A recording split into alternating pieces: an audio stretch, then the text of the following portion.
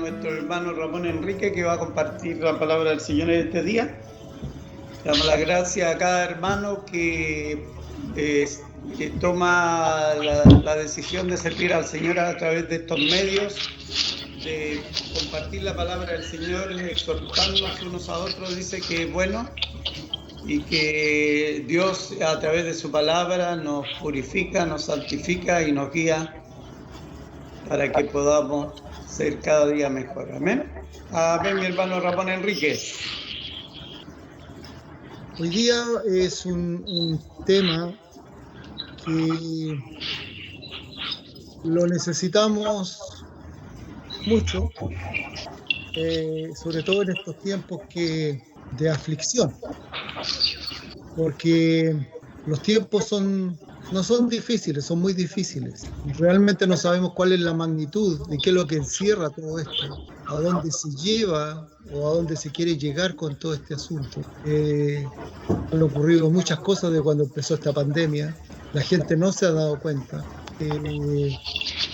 Psicológicamente sí, personas que han estudiado toda esta situación han sacado muchas conclusiones. Una de ellas es que el encierro produce estrés. La máscara es una forma de decir: no te escucho, no quiero escucharte, no sé lo que estáis diciendo. ¿Cuántas veces hemos pasado por la experiencia de que muchas veces estamos hablando con una persona y la persona dice: ¿qué es lo que dice? Repítalo. En circunstancias uno cree que lo está haciendo bien, entonces al final se tiene que sacar la máscara para que lo escuche, entre otras cosas, ¿cierto?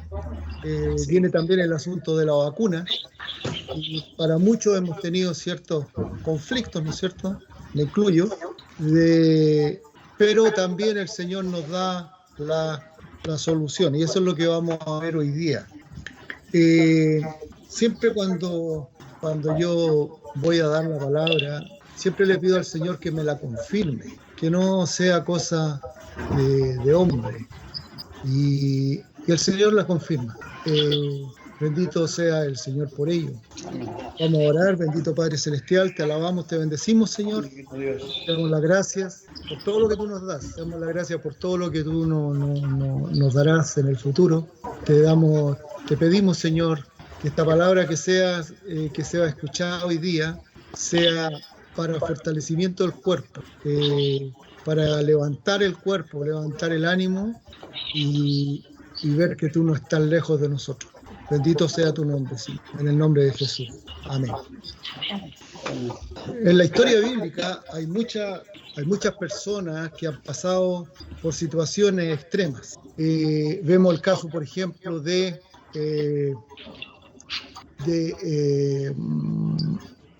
este muchacho que el papá Abraham, ¿cierto?, que lo tenía que sacrificar por petición de Dios. Póngase en la situación de él, sabiendo que se tenía que sacrificar, pero ¿cuál fue la actitud del padre? La actitud del padre fue porque él le preguntó ¿dónde está el animal para ser sacrificado? Y él le dijo: el Señor lo proveerá. Entonces siempre había una esperanza ante una situación extrema. También vemos el caso de Job, cuando él en su apogeo, ¿no es cierto?, podríamos decir en lo mejor de su vida, vienen los enemigos y atacan sus tierras, sus bienes, se lo llevan todo, matan a sus hijos y los dejan sin nada. Imagínense en esa situación cómo uno podría sentirse, que alguien venga y te quite lo que te ha costado años de sacrificio, lo que a lo mejor pasaste necesidades por adquirirlo, y de la noche a la mañana viene alguien que no hizo ningún esfuerzo, solamente hizo el esfuerzo de quitártelo. Y así podemos poner muchos ejemplos. El mismo Señor Jesucristo en la cruz, antes de morir, Él dijo: en tus manos encomiendo mi espíritu. ¿Cómo se sentiría Él? Abandonado, sin ningún atisbo en el futuro, de esperanza, ¿no es cierto? ¿Y cómo se sentiría? Y a lo mejor nosotros hemos pasado por situaciones no similares, pero situaciones extremas. Me recuerdo que en el año 85 estábamos en Chile, Toñito estaba baby, 3 meses, la Paola tenía 4 años, una cosa así, y vino un terremoto muy, muy, muy, muy fuerte, en la cual ahí uno pensaba, o sea, me pasó. Dice, por un momento dije, ¿y de qué vale todo esto? Si ante el poderío de un terremoto somos incapaces de hacer algo. Así a lo mejor personas han pasado por experiencias, no sé, un accidente automovilístico, que han visto la muerte, muchos han visto la muerte, ¿no es cierto? En situaciones que han pasado, pero el Señor las rescata de ahí. Entonces vemos, ¿no es cierto?, que hay situaciones en la vida que necesitamos de la mano del Señor. Hoy día vamos a hablar, el tema es, ¿cuál es la esperanza del cristiano? Pregunta, ¿cuál es la esperanza del cristiano? Está basado en el libro de Tito, capítulo 2, verso 11 en adelante. Este es un tema bien largo, hay mucho que hablar, yo lo traté de resumir al máximo y es por eso que a lo mejor cuando pida que alguien lea la Biblia, que no se demore tanto en los versículos, porque hay mucho que hablar. Tito 2:11 en adelante dice, porque la gracia de Dios se ha manifestado para salvación a todos los hombres. Fíjese, a todos los hombres. Ahí incluyen los musulmanes, incluyen los chinos, incluyen incluso hasta los enemigos del cristianismo, lo incluyen. Enseñándonos que renunciando a la impiedad y a los deseos mundanos, vivamos en este mundo, en este siglo, sobria, justa y piadosamente. Fíjese, sobria, justa y piadosamente. Sería muy buena pregunta decir, ¿lo estamos haciendo? Aguardando la esperanza bienaventurada y la manifestación gloriosa de nuestro gran Dios y Salvador Jesucristo, quien se dio a sí mismo por nosotros para redimirnos de toda iniquidad y purificar para sí un pueblo propio, celoso y de buenas obras. Lo estamos haciendo. Esto habla y exhorta y reprende con toda autoridad.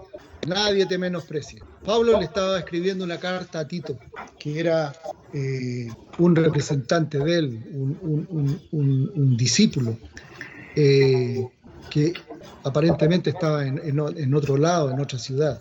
Pero fíjese, todas las cosas que dice aquí la palabra, cómo encaja perfectamente en la vida de cada uno de nosotros. Y lo que llama la atención, ¿no es cierto?, es que viene la pregunta, creo que es la más importante, ¿estamos esperando o aguardando ese acontecimiento bienaventurado y la manifestación de nuestro gran Dios y Salvador?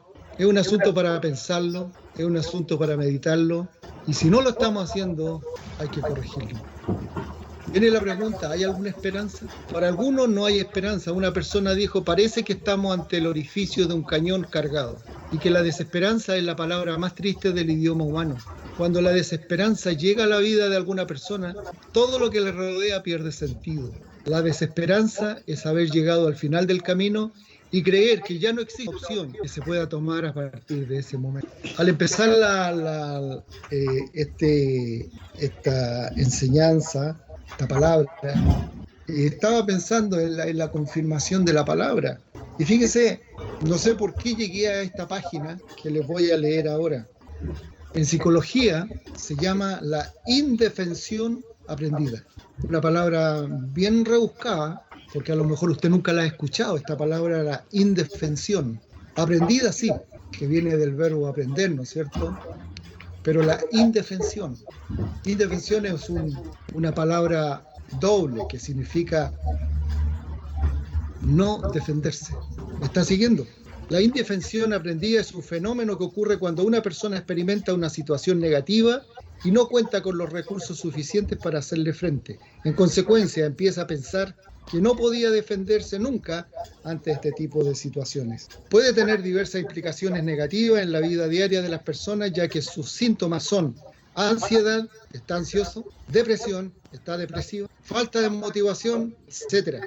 Es la condición en la que una persona se inhibe o se bloquea ante una situación adversa. Como hemos comentado, es tener la sensación de que no podemos hacer nada ante lo que ocurre.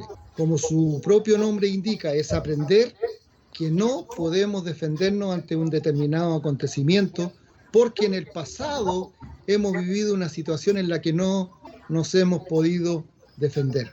Hay un experimento que se hizo en el año 67 y se trató de dos.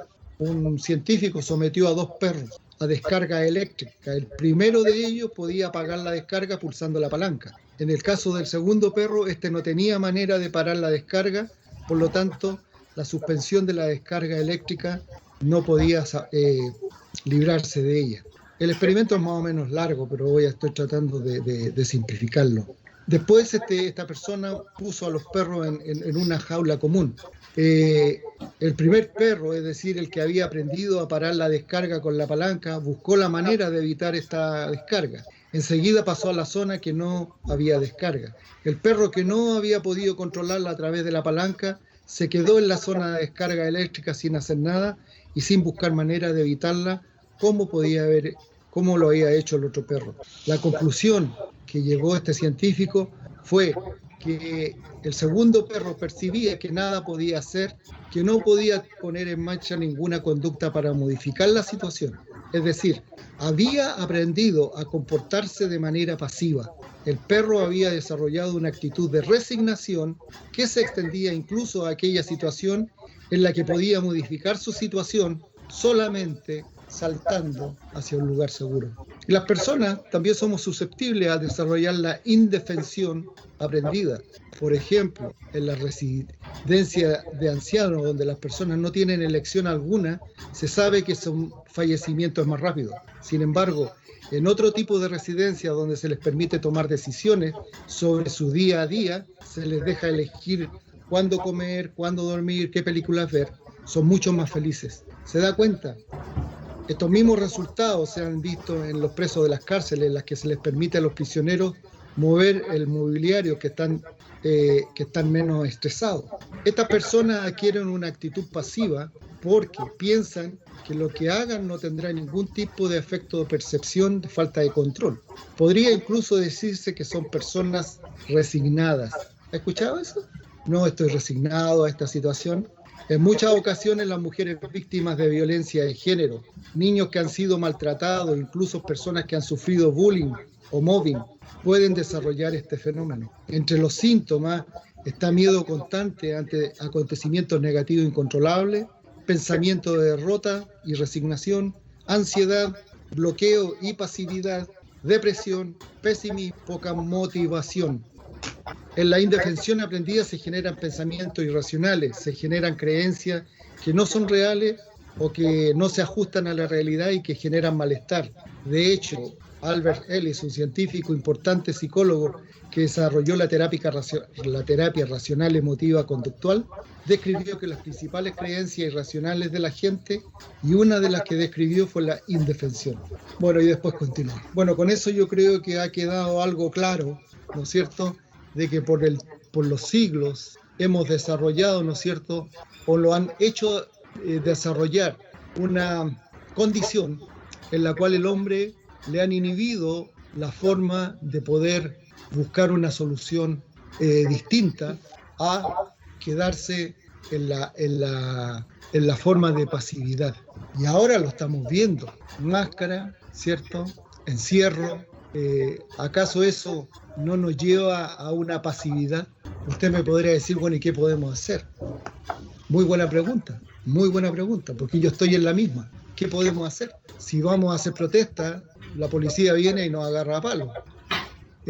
Una nueva manera, ¿no es cierto? O no una nueva manera, otra forma de decir, oye, no te quiero escuchar, oye, quédate callado. Pero veamos, volviendo al tema, la mayoría de las personas entienden la esperanza como un pensamiento ilusorio, algo así como espero que algo suceda.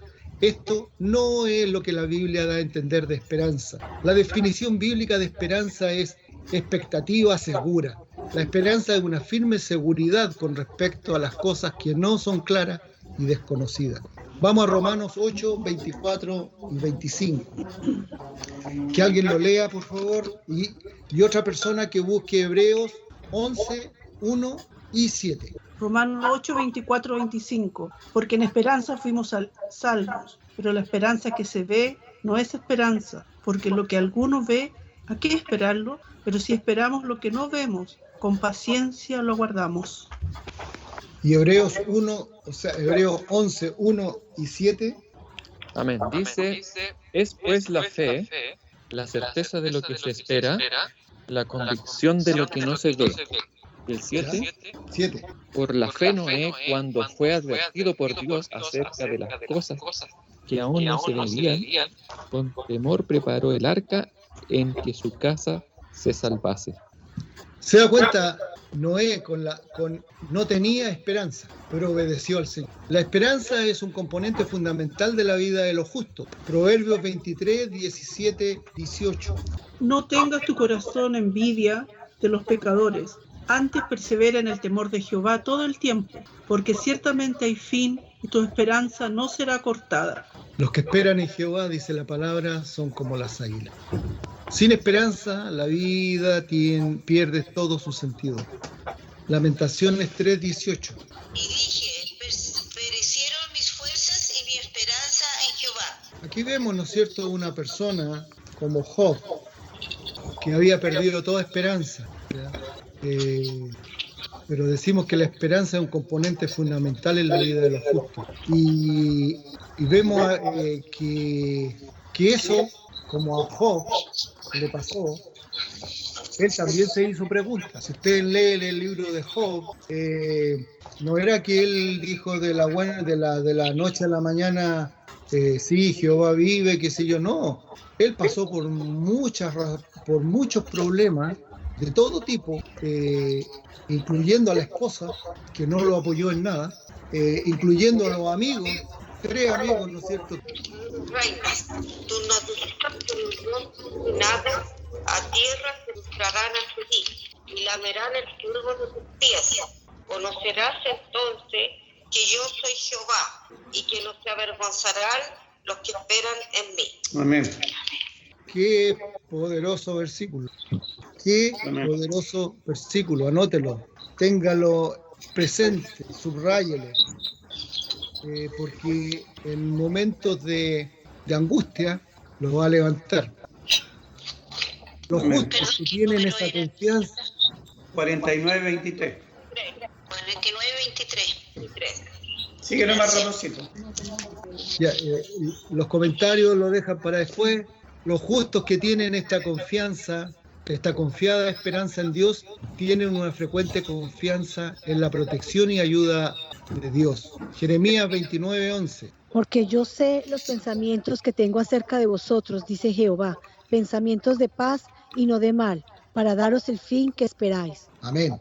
¿Cuál es el fin que usted espera? El Señor dice la palabra que Él tiene los pensamientos acerca de nosotros. Los pensamientos de Dios son de paz y no de mal. No le llena de gozo y están libres del temor y de la ansiedad. Salmo 46, 2 y 3. Por tanto, no temeremos aunque la tierra sea removida y se traspasen los montes al corazón del mar, aunque bramen y se turben sus aguas y tiemblen los montes a causa de su braveza.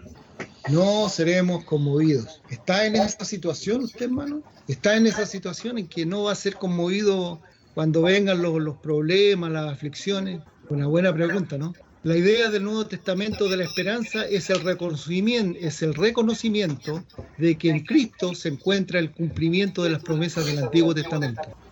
Mateo 12:21 y otra persona que busque 1 de Pedro 1:3. Y en su nombre esperarán los gentiles. En su nombre esperarán los gentiles. ¿Quiénes son los gentiles?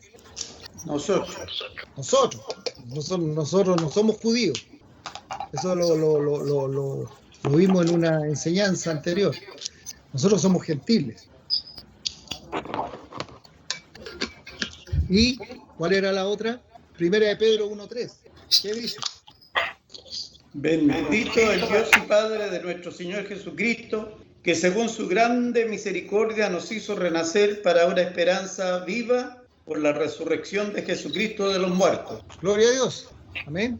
La esperanza cristiana está arraigada en la fe en la salvación divina de Cristo. ¿Cuántos dicen amén a eso? Gálatas 5:5. Esto ya lo hemos leído muchas veces. ¿Qué dice Gálatas 5:5? Pues nosotros por el Espíritu guardamos por fe la esperanza de la justicia. Esperanza de justicia. ¿Ya? La esperanza de justicia. La esperanza de los cristianos se hace realidad por medio de la presencia del Espíritu Santo prometido. La esperanza es la esperanza futura de la resurrección de los muertos. Hechos 23:6. Hechos 23:6. Notando que una parte era de saduceo y otra de fariseo, alzó la voz en el concilio: hermanos, yo soy fariseo, hijo de fariseo. Acerca de la esperanza y de la resurrección de los muertos se me juzga. Amén. Pablo tenía la esperanza, ¿no es cierto?, de que algún día, si él moría, iba a ser resucitado. ¿Está esa esperanza en usted? Las promesas dadas a Israel. Hechos 26:6-7. Y ahora por la esperanza de la promesa que hizo Dios a nuestros padres soy llamado a juicio. Promesa cuyo cumplimiento esperan que han de alcanzar nuestras 12 tribus, sirviendo constantemente a Dios de día y de noche. Por esta esperanza, oh rey Agripa, soy acusado por los judíos. ¿Se da cuenta? Pablo estaba siendo acusado por tener la confianza de que un día iba a ser resucitado. ¿Se da cuenta hasta dónde llega la injusticia de las personas?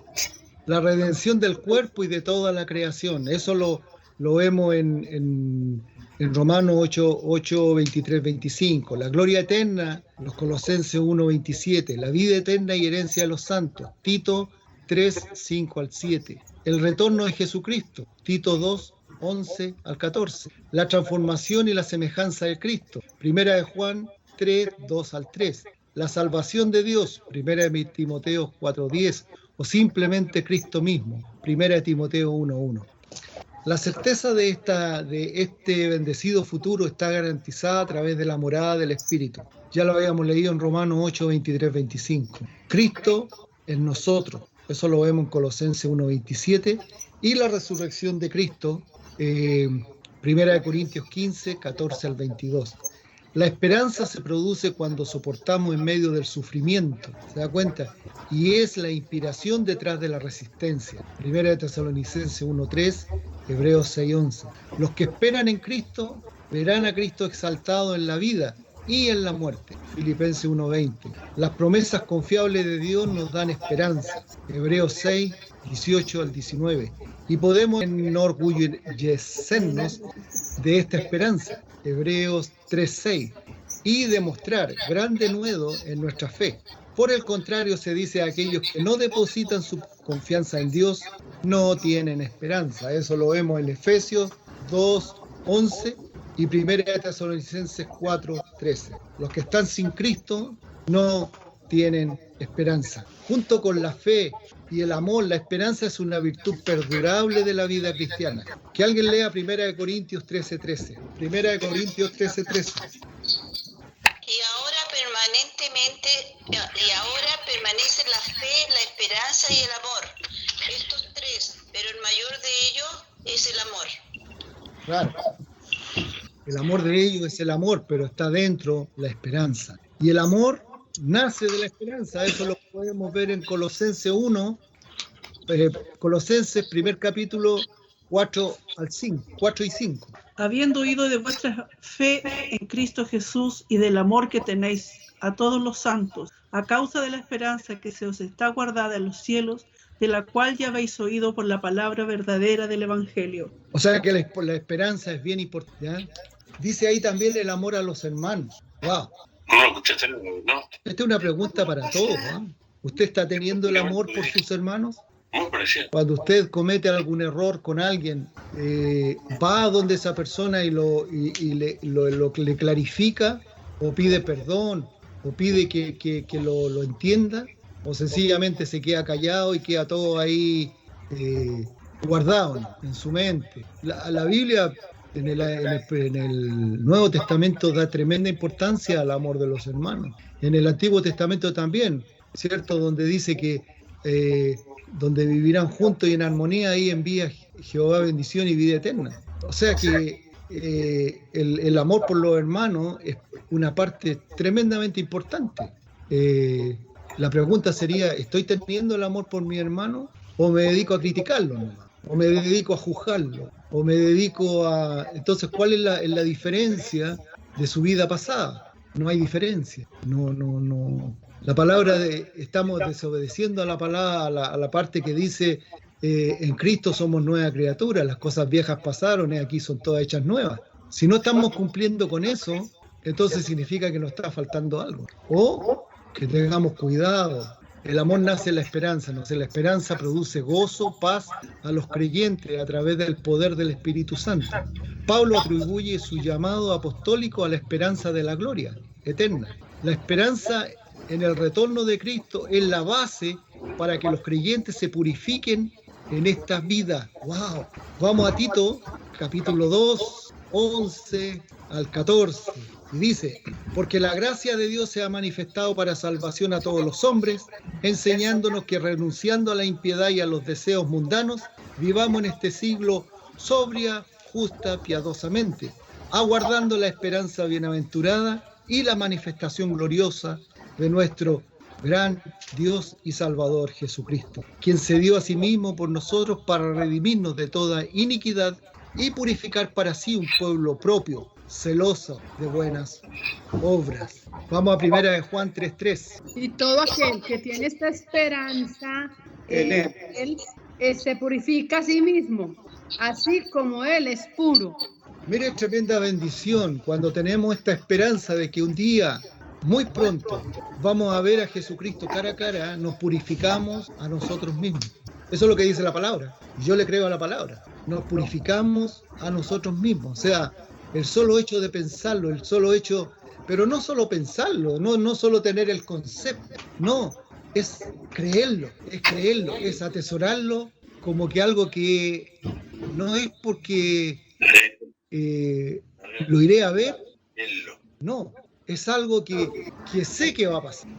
¿Se da cuenta cuál es la diferencia? En Tito 2:12 al 13 dice que la gracia de Dios nos enseña que vivamos en este siglo sobria, justa y piadosamente, aguardando la esperanza bienaventurada y la manifestación gloriosa de nuestro gran Dios y Salvador Jesucristo. Este pasaje identifica la esperanza bienaventurada como la gloriosa aparición de Jesucristo en esta vida. La palabra bienaventurada puede significar feliz o beneficioso. Nuestra esperanza es bienaventurada, porque el regreso de Jesús será una experiencia asombrosa y gozosa para el creyente en Cristo. Seremos bendecidos indefinidamente cuando veamos a Cristo. Las pruebas de esta vida habrán terminado y veremos que las aflicciones del tiempo presente no son comparables con la gloria venidera que en nosotros ha de manifestarse. Eso lo vemos en Romanos 8:18. Las aflicciones del tiempo presente. Todos los que estamos pasando por aflicciones, cualquiera sea, grandes, chicas, algunos a lo mejor no tienen esperanza. La palabra te dice, las aflicciones del tiempo presente no son comparables con la gloria venidera que en nosotros ha de manifestarse. La palabra esperanza no comunica incertidumbre en el sentido de espero que algo pueda ocurrir, sino que es gozosa seguridad de algo que ocurrirá. Jesús es nuestra esperanza y nadie puede quitarnos esa. Y la esperanza no avergüenza. Vamos a Romanos 5:5. ¿Qué dice? Y la esperanza no avergüenza, porque el amor de Dios ha sido derramado en nuestros corazones por el Espíritu Santo que nos fue dado. Decíamos, ¿no es cierto? La palabra dice que la fe es locura para el mundo. A lo mejor muchos te van a tratar de loco porque esperas que algún día aparezca Jesucristo. Dice que la esperanza no avergüenza, porque el amor de Dios ha sido derramado en nuestros corazones por el Espíritu Santo que nos fue dado. Esa es la seguridad que tenemos que tener. Entonces, es la dichosa seguridad de que Dios nos extenderá sus beneficios y que Jesucristo regresará. Ahora estamos esperando este acontecimiento. Jesús dijo que volvería en Juan 14:3. Si fuere y os prepararé lugar, vendré otra vez y os tornaré a mí mismo, os tomaré a mí mismo, para que donde yo estoy, vosotros también estéis. Amén. ¿Me da cuenta? Si Jesucristo dijo que volvería, Él dice que ahora está preparando moradas. Y dice que Él de nuevo va a venir y nos tomará, para que donde Él esté, nosotros también estemos con Él. Los ángeles también dijeron que volvería. Hechos 1:11. Los cuales también le dijeron: varones galileos, ¿por qué estáis mirando al cielo? Este mismo Jesús que ha sido tomado de vosotros al cielo, así vendrá como le habéis visto ir al cielo. Amén. Y las epístolas también dice que volverá. Jesús podría volver en cualquier momento por su iglesia, la que incluye a todos los creyentes en Cristo desde el día de Pentecostés, en Hechos 2, hasta el presente. Esto sucederá en un abrir y cerrar de ojos. Eso lo vemos en 1 Corintios 15:52. Hay una pregunta: ¿debería esta esperanza bienaventurada del regreso de Cristo tener efecto en el creyente en Jesucristo? Juan escribió: y todo aquel que tiene esta esperanza en Él se purifica a sí mismo, así como Él, Jesús, es puro. Y 1 Juan, eso lo vemos en 1 Juan 3:3, ¿no es cierto? Que lo leímos. El creyente que anticipa el bendito retorno de Cristo buscará vivir una vida de pureza en el poder del Espíritu Santo, que mora en Él. Todos nos presentaremos ante el Señor y daremos cuenta de cómo vivimos para Él en esta tierra. Esto lo vemos en 2 Corintios 5:10. El inminente regreso de Jesús debe motivar al creyente a vivir piadosa en un mundo impío. La palabra aguardar en Tito 2:13 es la clave para eso, para que esto suceda. Aguardar significa que debemos vivir cada día en continua anticipación y expectativa, con la convicción de que Jesús podrá venir en cualquier momento. Esa esperanza se convierte en una realidad transformadora en esta vida, haciendo que Dios sea glorificado a través de nosotros. Eso lo vemos en 1 Corintios 10:31. Y la esperanza bienaventurada nos trae gozo y nos alienta durante las pruebas en este mundo.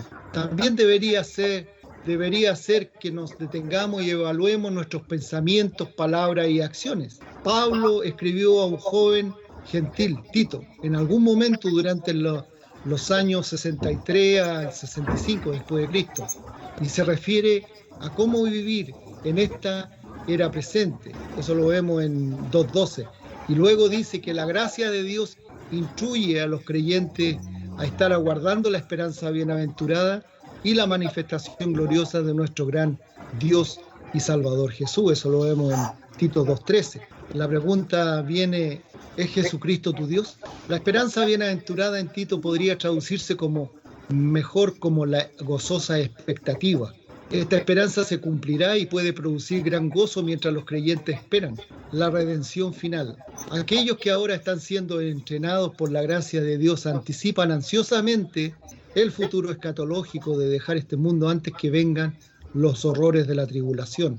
Pablo escribe en 1 Tesalonicenses 1:9-10 que los creyentes en esa iglesia estaban esperando el regreso de Cristo. Los creyentes estaban buscando ese retorno personal de Jesús en cualquier momento. Esa debe ser nuestra actitud apropiada del Hijo de Dios. Para los creyentes es ciertamente la bendita esperanza y anhelada consumación de esa esperanza. Y ahora viene nuestro triunfo. Necesitamos permanecer en Él. Así que despiértese, esté atento, permanezca. Observemos las palabras que hoy llaman nuestra atención. Permanecer. En 1 de Juan 2:24, lo que habéis oído desde el principio permanezca en vosotros. Observe el final del verso 27, permaneced en Él. Verso 28, y ahora, hijitos, permanecer en Él, para que cuando se manifieste tengamos confianza, para que en su venida no nos alejemos de Él avergonzados. Cuando Él venga, ¿cómo va a estar usted? ¿Va a estar expectante o va a decir: no quiero que venga todavía? Porque si lo pilla avergonzado va a estar en grandes problemas. Conclusión: ahora que ya han entendido estas cosas, ¿cómo puede permanecer en estos últimos días? Bien, todo redunda en la palabra permanecer.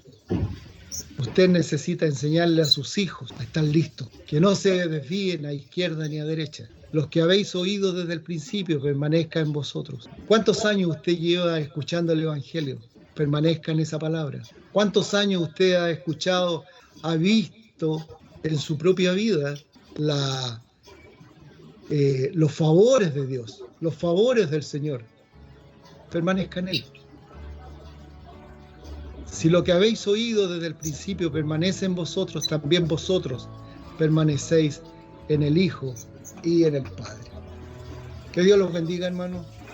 Que esta palabra sea de bendición, que nos sea de bendición, para cuando estemos en momentos difíciles, pensemos en esto, en lo que hoy día ha escuchado, que el Señor viene pronto. Y ese debe ser nuestro grito, así como fue el mismo grito cuando nuestros hermanos cristianos iban camino en el foso de los leones, cuando se lo iban a devorar, y ellos se daban aliento y decían Maranatha. Que Dios los bendiga.